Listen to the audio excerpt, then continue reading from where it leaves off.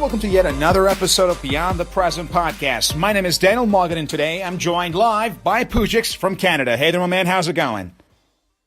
Life is fantastic. Thank you again. It's wonderful to have you, and we have a new guest on board for the first time on the show. Her name is Meghavi Patel. I call her Meg. So, Meg, how are you doing? I'm good. Thank you, Dan. How are you? I am doing terrific. So for our listeners out there who might want to actually get to know you, why don't you go ahead and tell us a bit about yourself and your background? Yes, sure. So I'm a young professional in the environmental field. That's what I studied. That's where I did my master's, and that's my job in Toronto. But on the side, I'm also very, very passionate when it comes to animals. So I started my nonprofit just 3 months ago. Wow. And first of all, why did you decide to start a nonprofit exactly for like animals especially? So what was your motive behind this action? I started 3 months ago, but I've been involved with this for, you can say, 3 years or my whole life. I grew up, I was actually born in India, but I grew up in Canada, in Toronto. However, I remember my childhood spent with like all the stray animals in India. And so even while growing up here, I was just very, very fond of animals, and I've been doing a lot of volunteering. So through my volunteering, I saw where the missing gaps were, which is why I started this. Fantastic. So you right now have this experience of running a nonprofit organization, and today's topic actually is about management of organizations, companies, and businesses, and how it feels like to run and found your own organizations. So let's first get started with Poujix, as always. Poujix, first of all, you yourself, why don't you go ahead and right now tell us a solid definition of what it means to run and manage your own organization? I mean, like, from your perspective, how does it feel like to actually become the author of the book of your business and start doing things by yourself in your own way? What is your perspective on that? Right. Actually, I think you put it really nicely. The analogy of author of a book, I think, is a relatively good analogy. And, it's so as an author of a book, you have complete control over the content of the book. In the case of the organization or the business, you have a relatively good, control over the course of things. But at the same time, you're also completely responsible for everything. Exactly. So it's all about taking charge, being responsible, and taking lead of your own vision. And it's so true. And right now, let's move on to Meg. So Meg, you already started your own nonprofit. And may I ask about your other job? So you work in another business or something, or do you have your other, perhaps you work at a job right now? Right. I do have like a career, I guess, a 9 to 5, as you would call it. That's right. I work for energy and I work in energy and environmental consulting for one of Canada's largest residential landlords. Interesting. That's a very fancy name. But in reality, I think your true passion actually is about running your own thing and being a manager, being your own boss, basically. But that, of course, depends on how your boss currently treats you. I mean, like, do you hate your boss? I hope he's not listening, actually. No, I actually don't hate him. He's very cool. So imagine, come here, Meg. I was randomly browsing through iTunes and I happened to watch your show. Interesting. By the way, the door's right there. Have a nice day. But overall, let's just talk about yourself, because if you have, the audacity to actually start your own nonprofit organization, this probably means you have a lot going on for yourself, and more importantly, you are probably a natural-born leader. So, why don't you think about, for example, creating your own business instead of just working for somebody else? No, I definitely have. I actually will down the line. I even know a few things that I want to do in terms of business as well. But right now, I'm just gaining a lot of experience from the work where I'm at. Of course, very good. But my leadership skills, are still being used with the nonprofit. Fantastic. Bravo. So right now, let's get started in terms of how we can actually start our own organizations and run them. So, Poujix, do you have any fancies about running your own business, starting your own organization, company, or small business? Well, give or take, I think I always had some sort of like fantasies or thought experiments. Yeah, I do like to basically do my own thing and take my initiatives towards a certain purpose or goal. So yeah, that's all obviously on my list for sure. Interesting. So how about you, Meg? If you ever wanted to run your own business, other than your current nonprofit, that is, of course, what type of small or large business would you actually like to run for yourself? So I am still very passionate about the environmental field. So I would still do a business that's within this field, trying to help, small businesses go green when it comes to conserving energy and also saving money. Wow. Let's just tell that to Donald Trump, who believes that global warming is a bunch of lies by fake news. We're all fine. We need coal. Burn the coal, baby. So that's, of course, a true fact that we have to consider. But right now, let us actually talk about the nitty-gritty and how we can actually go about starting a business, running it, managing it, and becoming the boss, basically. But before that, Poujix, what are the qualities that are required of someone who is audacious enough to actually run their own business and become the boss of their organization? What are some requirements in terms of characteristics, personality, and habits that will be essential for running a business or running your own organization? Right. So as a person who, for example, I'm not a leading person in the job, I will take my directions from that particular leader, right? That business person, or it doesn't have to be a business person, or the manager or something. That's right. So I get my organization, I get my goals, day-to-day goals, I get my path very well paved by that person. I'll just make the effort to make it nicer and just follow it through and do the things that presumably end up in a good result, in a desirable result. But as a person who you're now being the manager or leader or initiator, then you have to have those visions. You have to create those paths. But more importantly, you have to be really on top of your game. You have to be very organized. I feel like, because there are so many things coming at you at once, and nobody's there to tell you what to do or not to do at this point. Exactly. So it's all you. So I think organization is a very key factor here, obviously among other things. But so true. You got to be well organized and disciplined. It's so true. So, Meg, what do you think? What are the qualities and characteristics required for somebody who would like to establish their own business, run their organization, and become basically autonomous? Right. So, like, I can talk about, if you're ever a founder of an idea or of a business, of a nonprofit, if it's just you that's starting this, I feel like one of the main things that I've learned, what's important is how you present. You can have a great social media presence, you can have a great website, but you have to make sure you're showing that when you're outside in public. So are you actually walking the talk? Like, you have to embody what your business is about. Interesting. So embodying, what does that mean? Like, you have to have this, huge swagger as you walk, like, yo, check this out, baby. Check out my watch. No. That's what I'm talking about. Oh, you saw that Rolls Royce? Oh, by the way, that belongs to me. That's right. So what is exactly walking the talk and embedding that qualities when you're out and about and not just on social media and on your website? I can give you a few examples. That's right. So, as I said, I founded Animal Care Zone, right, which is a non-for-profit for animals. And That's so right. and I truly believe in being compassionate towards all living beings. And so in my life, I try to show that, like, with my lifestyle. So, I'm plant-based. I go out for activism events. Like, I'm in the community. The community knows, that I really am caring about what I started. That's right. Another example is, even if you have, like, you're doing a business idea, which is, I know a lot of innovators who are in the environmental aspect as well, that because that's my 9 to 5. So I do know some people there, and to show that they embody, like, their work, they really are green people.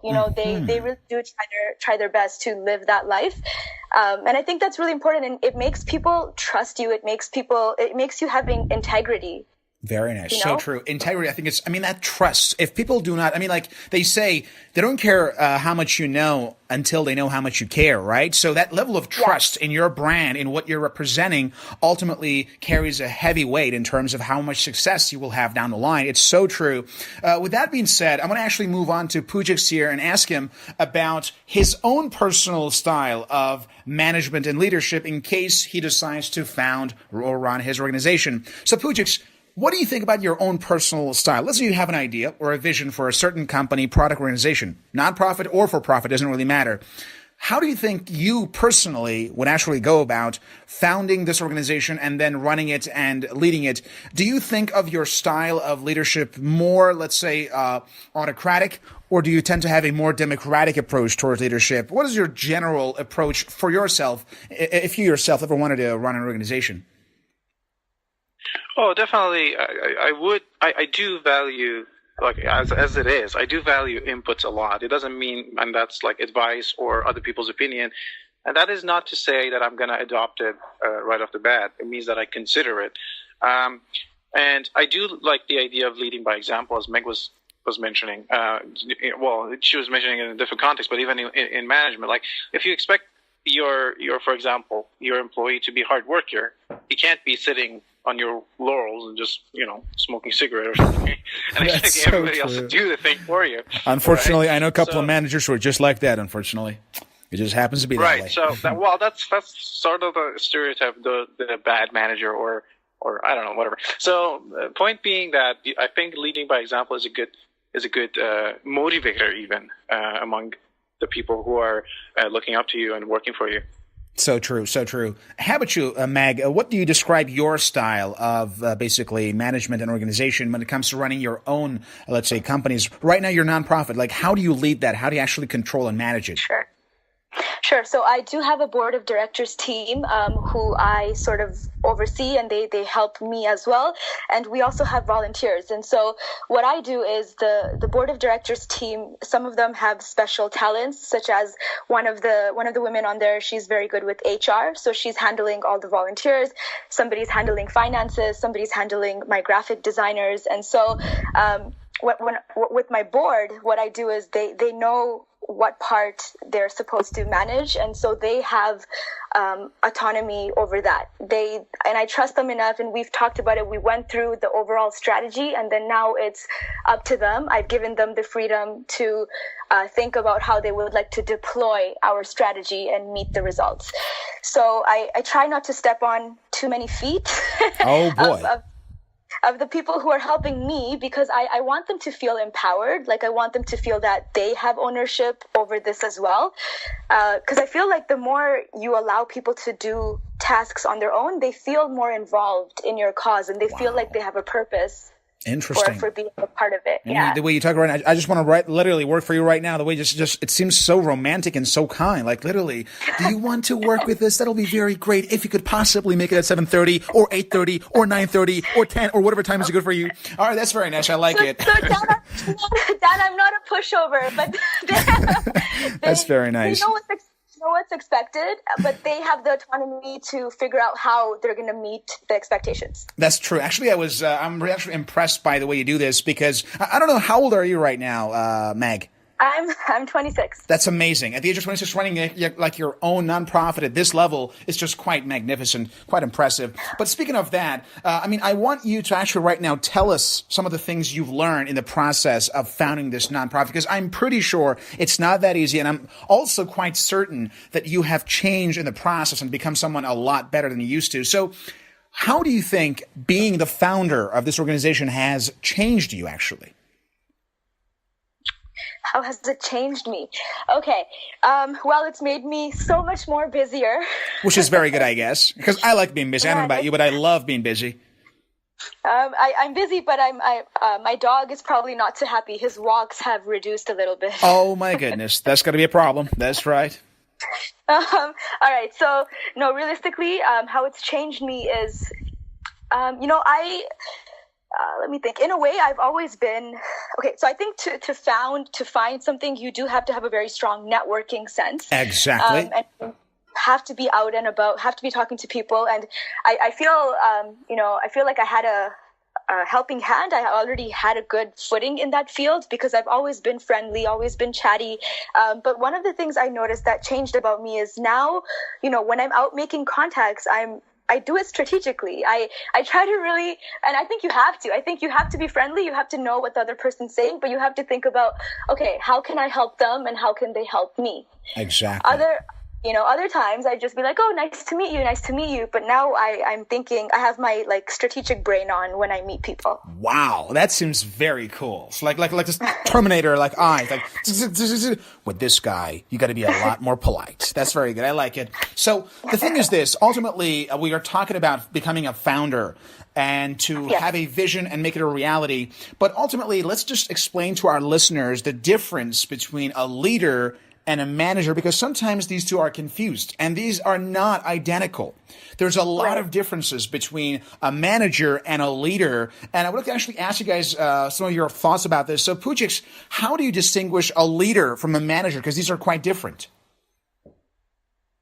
Oh yeah, absolutely. I mean, manager, well, you can have that's actually really hard to put, but I'm going to skip over that for a second because I have to. So a manager, first of all, you can have many managers. That's right. You usually cannot have too many leaders. Otherwise, it's going to lead different directions. That's right. If you're going towards a certain goal, you want probably one, but a few in general leaders that take you in the same trajectory, maybe slightly different directions, which could be good because that works out to the natural selection. Whichever is best will win, essentially, if you will. That's right. But ultimately, you want to keep the trajectory in the same direction. But managers are different, though. Like you can have many managers, and that is they manage a certain aspect of something. So, for example, if the goal of the company is to, I don't know, like let's take Google, for example, or organize the information in the world or something like that. I'm not completely sure if that's the one, but I think that's one of them. So you have one CEO, a couple of boards of directors, probably more than a couple, but a few boards of directories, and then they are essentially the leaders that give you directions, whatnot. But you have probably tens or hundreds or thousands of managers in Google. Exactly. And that is, they oversee a much smaller task that is envisioned to take the whole company towards that direction. These are all correct. And Meg, any other differences between managers and leaders from your perspective? Yeah, I'll just say, just adding on it, I feel like leaders, have a vision and they're able to get people on board with their vision, right? And leaders like show you the way, but they allow you to take your own steps to get there. Precisely. Yeah. Very good. Very good. Ultimately, as you all mentioned, leadership is about transferring your enthusiasm and vision to others and helping them to achieve and realize that vision. Whereas a manager is predominantly an organizer, somebody who says, okay, we got to do this, we got to do this. So it's basically about organizing the environments. And generally speaking, from my perspective, especially for those who run a small business, their aim should be to become a leader, not a manager, because a leader is required to give motivation, direction, and insight into why it is important for the team to work together, why we are in it together. For example, you yourself, Meg, what vision did you try to impart to your board members and to your own, basically, staff members who wanted to work with you on this, basically, project of the nonprofit?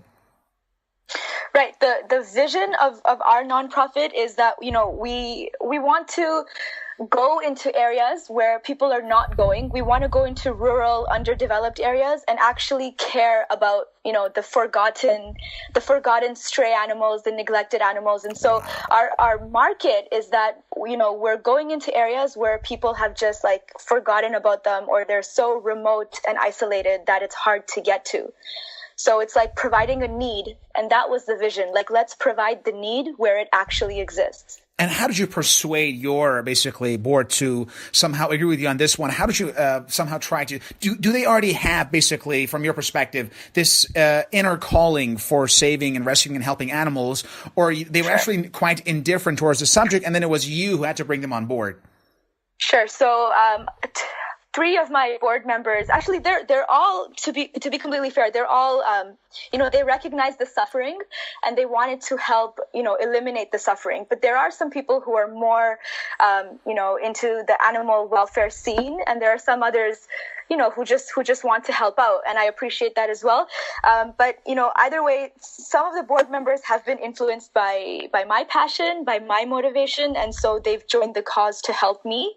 And other board members are just extremely big animal lovers. So true. Great. I love it. Ultimately, we believe that leadership is the key to success in all group activities, whatever it might be, and knowing how to do so is important. However, let's be honest, guys, the world isn't all rainbow and sunshine. There are times where things don't go your way. There are times where you want to perhaps convey a message to your audience or to your staff members and they do not get it, or perhaps there are some expectations that are not met. So in those dire situations, let's talk about how we can actually manage those as founders, leaders, and owners of organizations. So Poujix, let's say you have an idea for, let's say, a startup, and then all the plans are assigned and all the tasks are delegated to certain people, and at some point something goes wrong or people somehow fail to deliver on what was promised earlier.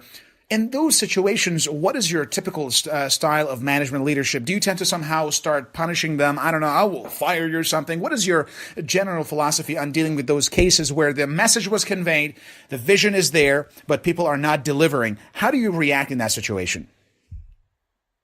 Right. I think it can be very different from case to case. So there's no one way or one strategy, but I'm going to give you a broader philosophy that might help. The way I think about it, if I'm doing something, whether it's for profit, not for profit, or whatever it is, there's a cause there, and you're trying to achieve something. And first of all, it has to be important to you. Otherwise, you're just wasting your time and other people's time, perhaps. So that's the first step, and presumably it is important to me. Having said that, we as humans have the tendency to forget very easily. Although the individuals in the system might have very motivated reasons to believe in the same cause as you do, or you have inspired them to, as Meg was mentioning. However, when you're going about your day-to-day life, it's very easy to lose sight of that cause, and that's usually the reason that somebody either neglects something or makes a mistake or falls short on deadlines or something like that. So I think enforcing that in a way or the other on a day-to-day basis or on a week-to-week basis could make a huge difference. Of course, there are always individuals who are just genuinely not interested or not trying to play by the rule, then that's a different story. Maybe you have to go a little bit more take a dire approach on that. Fantastic. So, Meg, what do you think about this matter? Because you've already been into this. Let's say you want to do something. There are certain plans. Things don't go your way. How do you react in such situations? So if people are not delivering, or if something doesn't go my way, I would first, if it's a people issue, I would really try to speak to that person, especially if they know my vision. They said yes and they're a part of the team. But if it's not working out, I would really recommend. And I know we hear this all the time, but I really think it's important to actually talk to that person, or even to have a phone call instead of texting. Maybe I think to have a real voice behind your concern is really important. And for me, what I've always done is I really believe in transparency. So I just go and say, this is supposed to be we're supposed to do this by Wednesday. It's already Monday. Can you just let me know if you can't do it? Oh, with this exact tonality, because you called to actually let them know and let them hear your tonality. So with that exact tonality, like, so listen, buddy, we got a deal here, man. What's going on? So like, do you tend to get angry, shout, or do you use raise your voice, or do you somehow act very politely and calmly? No, I don't raise my voice, because, this is, people are trying to help, and I know they're in it for a good cause. And so I don't raise my voice at all, but I do show concern. I say, it was Wednesday because we have the sponsor waiting to hear back from us. And this is why I state why it was important, why that deadline was important, what we're missing out if we don't do it by this deadline. And at the end, if you can't do it, just please be transparent with me and let me know so I can get somebody else to do it. Bravo. You see, you really are perhaps the kindest founder I've ever met. The way you're literally, I don't want to call you a pushover whatsoever. This is really, I think of you as a typical, an ideal female founder, literally, never shouting, never do anything, never trying to demean or belittle your staff. That's just wonderful. I like it. So with that being said, let's just give some tips to our audience who might actually want to start their own nonprofit or their own startup or their own company or a small business. Poujix, what are some of your tips for those of our listeners who might be actually interested in becoming a founder themselves? I mean, what steps should they go through, and what are the requirements for them to actually get this started? Well, I mean, I briefly mentioned this a few minutes ago, and I do this on every single, not every single, but every single major decisions of my life, and that is, why do I care? Why do I want to, for example, in this case, why do I want to actually take this initiative? Why do I want to be an entrepreneur or non-for-profit or open up this non-for-profit for whatever reason? And the cause itself is good, but you have to understand at the same time that there are consequences, and by consequences I mean like there are sacrifices you have to make. Absolutely, it's not like you can go about your life the way it was, and everything else will happen magically. It's not like everybody has 24 hours per day, 7 days per week, and 365 days per year. Although occasionally I think there are some years that are 366 days. I'm not sure about that, but I heard that basically. Just for our listeners to point it out. Bottom line is everybody has the same amount of time. So true, man. So true. Appear, right? So if you're embarking on an endeavor that takes up your time, then you have to cut off on some other things, right? So bottom line is when I'm trying to start any initiative, well, obviously such a thing takes a lot of effort. So especially this kind of initiative, then I would want to make sure that, why is it? Does it worth it? Is the outcome that I'm looking for outweighs the sacrifices that I'm putting in and all that? So because if you're not sure down the line, at some point you're going to either give up or be very drag yourself all the time, hate yourself, your surroundings, ultimately your employees inside the organization, in your family. Everybody's going to be affected by that mood. Exactly. So absolutely, you want to be absolutely sure that this is what you want to commit yourself to. It's such a big thing that it's probably going to take years, if not more, of your time. Precisely. A lot of people look at entrepreneurs, founders like Meg, for example, and guys like us who start something, but the truth of the matter is it's not easy. I mean, like, it looks very glamorous on the surface, but when you actually dig deeper, you understand that it's really difficult. It takes a tremendous amount of your time. There are all going to be a lot of failures and obstacles. I mean, right now, Meg has started her basically nonprofit, but I'm pretty sure she has dealt with a lot of obstacles, a lot of setbacks, and she's like, oh my gosh, how are we going to get out of this mess this time, right? So, Meg, what are your advices and suggestions for our listeners who might want to actually become somebody like you? They want to open up, let's say, their own business, or they want to run their nonprofit. What are some of the ways they can actually become a founder themselves? Sure. So a couple of ideas here. So I think first thing is you need to have a network in your field of interest. That's right. Number one skill required, networking. You can't do it alone. You got to get people on your side. Yes, so totally. True. And number two is like you need to do background research of your idea. Like you need to really strongly evaluate your idea. Interesting. What do you mean exactly by evaluating your idea? Like trying to find out if it's realistic or not, or if it's too much? Yeah. Sure. Interesting. Sorry, Dan. What I meant to say is evaluate your idea. Like what's in the if you're selling something, mm-hmm. what's in the market already? Mm-hmm. How is your idea unique? Is there something you're offering that we call this the unique selling proposition, USP, which actually was taught to me by Brian Tracy. Ultimately, you want to focus on what makes your product, service, idea, or vision unique and different. This is used in publishing books. This is used in actually running your own companies, having your brand or logo. You want to ask yourself, what is unique about this approach? What is it that we are doing that it has not been done before? Interesting. Anything else, Mag, that you want to add? I think also when you have an idea, you need to ask ask friends or ask people who know they will give you the truth. Ask them to just criticize it. Tell them your idea and be like, you know what? Knock my idea down, please. Like, how do you see this failing? Ask respected people how they see it might be failing, and then you can work around that. Interesting. So you look for feedback. But what if, let's say, you ask from certain people who happen to not somehow like you very much, and they give you all sorts of negative feedbacks? In that case, let's say it's like, let me tell you something, Meg, about your idea. There are some parts of it that are wrong. And by some, I mean the whole idea is just not going to work. So, how do you respond to such cases? I mean, how do you keep yourself motivated if you hear so many negative feedback?